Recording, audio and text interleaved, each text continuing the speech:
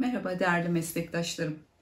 Meslektaşlarım diyorum. Muhtemelen bu videoyu açmış beni izliyorsanız yurt dışında Türkçe ve Türk kültürü dersi öğretmeni olmaya karar vermişsiniz demektir. Bu konuda çok fazla soru alıyorum. Nasıl gelinir? Yurt dışında Türkçe ve Türk kültürü derslerinde öğretmen olabilmek için ne yapmamız gerekiyor diye yakın çevremde bana yöneltilen çok fazla soru olduğu için ben de merakınızı gidermek, tecrübemden yaklaşık ikinci görevim bu. 10 yıllık bir yurt dışı tecrübem var. Bundan siz değerli meslektaşlarımı bilgilendirmek istedim. Öncelikle yurt dışında Türkçe ve Türk kültürü dersi öğretmeni olmaya karar vermişseniz en az bakanlığımıza bağlı 5 yıl görev yapmış bir öğretmen olmanız ve aktif olarak yine göreve devam ediyor olmanız gerekiyor. Eğer bu süreç tamamsa yapmanız gereken ikinci işlem sınav duyurularını takip etmek. Bakanlığımız okul idarelerine yazılı olarak ve internet sayfalarından online olarak bu duyuruları yapıyor. Takriben Ekim-Kasım ayında bu duyuru yapılmış oluyor değerli meslektaşlarım. Bu duyuruyu gördüğünüz zaman sizde bulunması gereken özellikler, ana özelliklerden bahsedeceğim. Çünkü bazı ayrıntılar takdir edersiniz ki zamanla değişebiliyor. Öncelikle bulunması gereken ilk özelliğiniz Milli Eğitim Bakanlığı'na bağlı en az 5 yıl bir okulda görev yapmış olmanız sizden isteniyor. Bunun haricinde yabancı dil bilgisine sahip olmanız bekleniyor. Bunu da belgelemeniz gerekiyor tabii ki. YDS, YÖKDİL ya da benzeri dil belgeleri karşılığı olarak en az 50 puanlık bir dil bilgisine, yabancı dil bilgisine sahip olmanız gerekiyor. Bu da tabii tercih edeceğiniz ülkenin diliyle alakalı. Ben şu an Almanya'da görev yapıyorum ve ben Almanca ile buraya geldim ama kendim Türk Dili ve Edebiyatı öğretmeniyim. Bunun için sadece YÖKDİL ve YDS gibi sınavlar değil, Alman kurumlarının yapmış olduğu sınavlara da girmeniz ve dünyaca kabul gören Goethe Enstitüsü'nün belgelerinden birine sahip olmanız da bunu karşılayabiliyor. Goethe'nin ya da TELK'in yapmış olduğu sınavlardan en az B2 düzeyinde bir dil belgenizin bulunması gerekiyor arkadaşlar. Bunlar tamamsa ve sınav açıklanmışsa takvime göre yazılı sınava başvurmanız gerekecek. Yazılı sınava başvurmak için de yine bakanlığın belirtmiş olduğu tarihlerde yurt dışı sınavları için müracaatınızı yapmanız gerekecek. Sınava başvuru evrakları sizden istenecek. Evraklar yine bu formlarda size açıklandığı şekilde olacak. Peki kimler sınava başvurabilir? Bu da yine bakanlık tarafından belirleniyor arkadaşlar. Her yıl ihtiyaca binaen size duyuru yapılıyor. Ama ağırlıklı olarak Türkçe, Türk Dili ve Edebiyatı, sınıf öğretmeni iseniz, yabancı dil dersi öğretmeniyseniz yani Almanca, İngilizce, Fransızca ve benzeri dillerde öğretmenlik yapıyorsanız ilk etapta tercih ediliyorsunuz. Yine din kültürü ve ahlak bilgisi öğretmenleri ve sosyal ders öğretmenleri duyuruya göre size bildiriliyor. Bunu mutlaka oradan takip etmeniz gerekiyor. Dediğim gibi değişebiliyor. Bazen bana sayısal ders öğretmenlerinden de sorular geliyor. İşte matematik öğretmeniyim, ben de gidebilir miyim? Bu çok istisna oluyor arkadaşlar. Eğer görev bölgelerinde, başkonsolosluklarına bağlı eğitim ateşeliklerinde çok istisnai olarak matematik dersi öğretmenine ya da işte bizim buradaki Türk çocuklarının fizik dersine ihtiyacı var, bir tane de olsa böyle bir öğretmene ihtiyacımız var diyorlarsa talepte bulunuyorlar ama bunlar dediğim gibi çok istisna. Bir de rehberlik öğretmeni arkadaşlarımız tabii ki tercih ediliyor buraya gelecek öğretmenler arasında.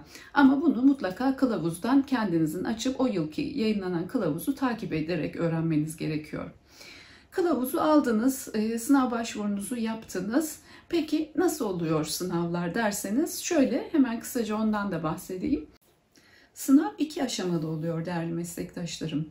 Birincisi yazılı sınav oluyor. İlk müracaat ettiğinizde yazılı sınav için tarih alıyorsunuz ve muhtemelen Ocak-Şubat aylarında size bir tarih açıklanıyor. Bu tarihte tüm başvuran öğretmenler sınava alınıyor. Sınav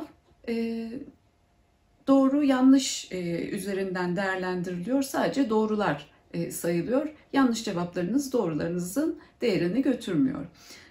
Dolayısıyla şansınız daha yüksek. Ancak dikkat etmeniz gereken konular Türkçe, Türk Dili Edebiyatı, tarih, coğrafya, vatandaşlık bilgisi, 657 Devlet Memurları Kanunu, pedagojik formasyon, öğretim yöntem ve teknikleri, özellikle son yıllarda bu sorulara ağırlık verildi. Bu konularda bir sınava tabi tutuluyorsunuz ve aldığınız puana göre bir sıralama içinde yer alıyorsunuz. Buna göre bakanlığımız kazandı, kazanamadı bilgisini size iletiyor ve bu bilgiden sonra bir mülakat daveti alıyorsunuz. Mülakata girmeye hak kazanan arkadaşlar mülakata Ankara'da davet ediliyor. Bakanlıklar Arası Ortak Kültür Komisyonu'nun düzenlediği bir sınava katılıyorsunuz. Mülakatta yine size sorular soruluyor tabii ki. Bu da kura yoluyla belirleniyor. Önünüzde bir kutu bulunuyor ve oradan şansınıza çekmiş olduğunuz 3 soru size yöneltiliyor. Mülakata giderken özellikle dikkat etmemiz gereken, tabii ki bunları mutlaka hepiniz biliyorsunuz ama yine de uyarmak istiyorum tecrübelerime dayanarak gördüğüm bazı arkadaşlarıma binaen. Kılık kıyafetimiz bir öğretmene yakışır şekilde olması çok önemli. Hal ve hareketlerimiz. Yine mülakata katılırken yapmış olduğunuz çalışmalarla ilgili hazırlamış olduğunuz bir dosyayı yanınızda götürebilirsiniz ve mülakat komisyonuna sunabilirsiniz. Bu komisyon bunları da mutlaka dikkate alacaktır. Yine her mülakatta olduğu gibi tabii ki çıkan sorular önemli ama yine de sizin konuşma tavrınız, özgüveniniz, temsil yeteneğiniz, davranışlarınız önemli değer atfediyor diye düşünüyorum. Girmiş olduğum mülakatlarda gözlemlediğim kadarıyla. Sorulara doğru cevap vermek tabii ki önemli ama söylemiş olduğum bu özelliklerde zannımca Bakanlıklar Arası Ortak Kültür Komisyonu'nun değerlendirdiği kriterlerin başında geliyor. Bu süreçte sona erdikten sonra size kazandınız, kazanamadınız bilgisi gelecek. Eğer kazanmışsanız hayırlı olsun. Bundan sonra bambaşka bir süreç başlayacak. Hangi ülkeye gitmek için başvurmuşsanız bununla ilgili bilgi size ulaşacak. Diyelim ki ben Almanya'dayım ve Almanya üzerinden size aktarmak istiyorum. Almanya'da hangi başkonsolosluğumuza bağlı olarak görev alacağım bilgisi bana iletildi. Ve bundan sonra başlayan süreçte ilk olarak vize işlemlerimiz yürürlüğe giriyor. En önemlisi bu, çünkü çalışma iznimiz ve oturma iznimiz bu vizenin akabinde gelişecek. Vize işlemleri için bizim yapacağımız, şahsi olarak yapacağımız ilk etapta bir şey yok. Çünkü bakanlığımız başvurularını gerçekleştiriyor. Eğer aile olarak gelmeyi düşünüyorsanız arkadaşlar, ailecek başvurmanızı tavsiye ederim. Bazen hani aile sonradan gelecek oluyor. Bu işte daha sonra başvururuz demeyin. Başvuruyu birlikte yapın. Çünkü bakanlığın başvurusu işlemlerin daha da hızlanmasına sebep olduğu için aileniz sonra da gelecek olsa birlikte başvurmakta fayda var diye düşünüyorum. Bu süreç biraz zaman alıyor. Sizden bir takım evraklar isteniyor ve Alman Büyükelçiliğine gidip parmak izi vermeniz ve değişik işlemler yapmanız gerekiyor. Bu konuda bilgilendiriliyorsunuz. Muhtemelen belirlenen, Ankara'da bakanlığımızın belirlediği bir koordinatör öğretmen arkadaşım da sizinle mutlaka iletişime geçiyor ve süreci hızlandırmak için yardımcı oluyor arkadaşlar. Vize sürecinde sonucunda size vize çıkıyor. Bu ortalama Ekim ayı başlarını buluyor. Ekim ortası. Çok geç vizesi çıkan arkadaşlarım da oluyor. Bu süreç ne yazık ki biraz yavaş ilerliyor arkadaşlar.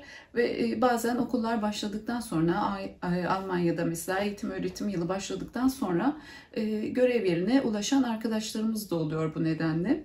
Çıkan vize genellikle 3 ya da 6 aylık vize şeklinde düzenleniyor. Buraya geldiğiniz zaman bu vizenizi daha sonra sizin oturuma çevirmeniz gerekiyor.